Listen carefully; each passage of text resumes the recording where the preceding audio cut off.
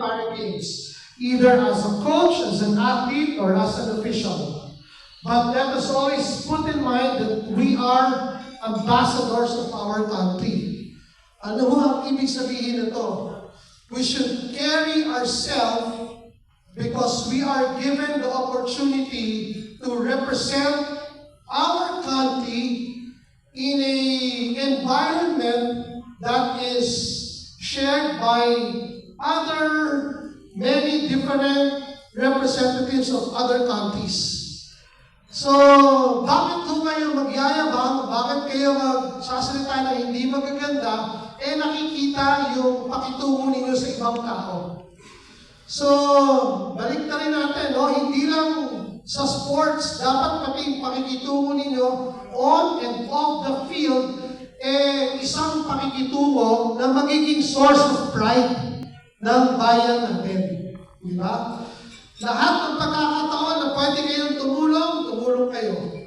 Yung simpleng pagbati sa mga officials ng good morning, good afternoon, yung pagpapasalamat sa game officials after the game, gawin ho ninyo at masisiyahan at matatandaan kayo na, uy, ito yung para athlete mula sa Pilipinas, ito yung marespetong bata, okay ito. Diba? Ganon ang dapat na nagtatatak sa isipan ng ibang mga countrymen, ng ibang taga-nation dahil sa pinakitang pag-uugali ng mga Pilipino.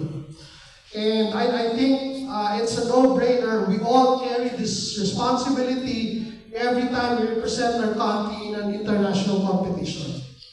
Okay? So I end with this, and definitely I share all the hardships, the diligence, the sacrifices that we all made to be able to be in this spot and to represent our country. And I wish you the best of luck as we give pride and honor in the coming 2026 ASEAN Para Games.